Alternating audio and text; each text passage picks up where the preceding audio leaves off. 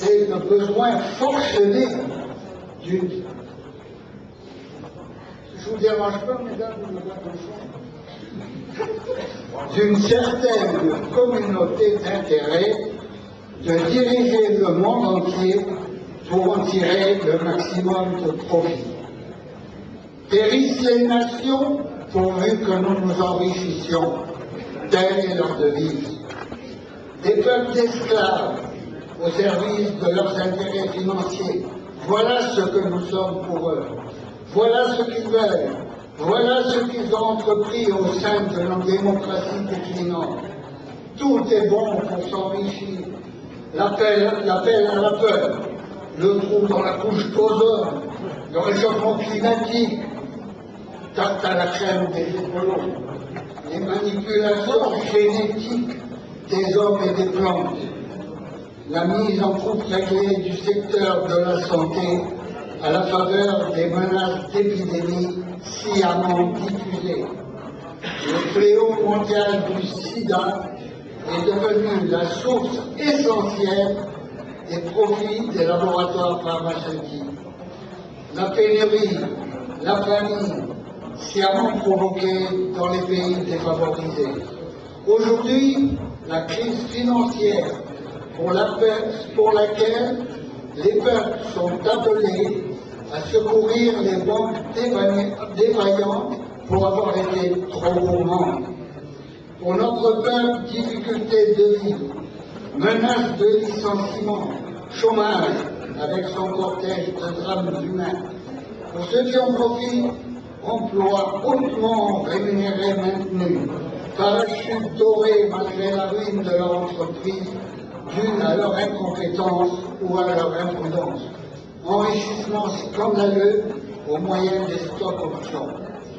Nous regardons autour de nous, ce que nous voyons est inquiétant pour notre avenir.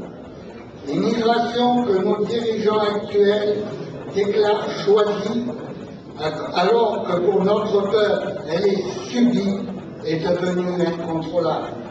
La peur panique s'est emparée de nos supposées élites politiques. Elle a pour résultat que même les statistiques sur ce sujet sont interdites. Notre peuple ne doit pas savoir où en est le degré atteint de son remplacement sur notre territoire national.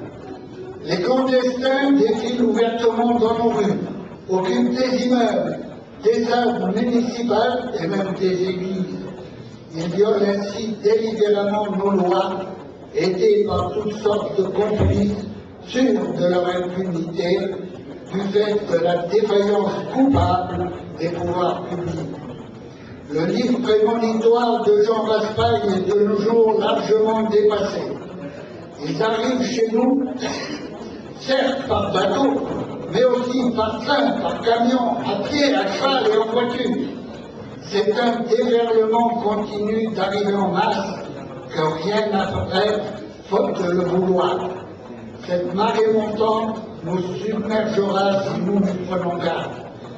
Déjà sur notre territoire se sont constituées des enclaves étrangères dans lesquelles les lois de notre République ne sont plus admises, pas plus d'ailleurs que notre culture et notre civilisation.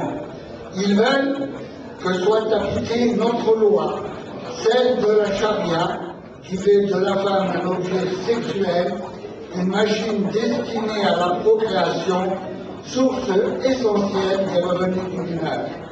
Quant à nous, misérables infidèles, nous deviendrons des timides, des esclaves tout juste bons à payer notre droit de vivre. Nous sommes ainsi menacés de perdre notre identité dans une civilisation en voie de disparition. Toute cette évolution néfaste est due au mensonge. Tous ces malheurs qui menacent notre avenir ont pour cause essentielle le mensonge permanent véhiculé par les médias menteurs de la grande presse enchaînée, consensuelle, diffusant le prêt à la pensée qui dissimule le prêt à mourir. Cette presse, la radio, la télévision ne sont que des organes de désinformation au service de la finance internationale, anonyme et vagabonde. Ils truquent, ils trompent, ils déforment, ils désinforment tout au long de l'année, jour après jour. C'est une véritable marée noire destinée à noyer nos esprits, à détruire nos âmes. Le peuple est ainsi ballotté alternativement de la gauche à la droite et vice-versa, sans se rendre compte que c'est du pareil au même. Pendant ce temps, notre peuple se dissout dans un magma de peuples venus du monde entier pour profiter des avantages acquis par nos aïeux au cours de siècles de labeur, de lutte, de combat pour défendre un territoire durement conquis et conservé. Ce sont les flots de sueur, de larmes et de sang de nos aïeux qui nous ont donné le droit de vivre et de prospérer sur cette terre qui est notre. Cette terre, nous devrons la transmettre à nos descendants. Ceux qui prétendent qu'ils sont chez eux, chez nous, ne sont généralement que des produits importés. Comme clandestins, on les voit se plaindre de leur sort. Mais qui donc les empêche de regagner leur Eldorado d'origine? Ils y seraient plus heureux, et nous aussi. Nos élus ont abandonné toute velléité de défendre notre peuple. Ils sont indignes de nous représenter. Ils ont été pris en main par les forces mondialistes, mis sous les témoins par un système électoral qu'ils ont eux-mêmes voté. On ne compte plus les réformes de la loi électorale en fonction des besoins de la caste dirigeante, agrippée à ses privilèges, à ses prébendes, au pouvoir, comme la rappelle à son rocher.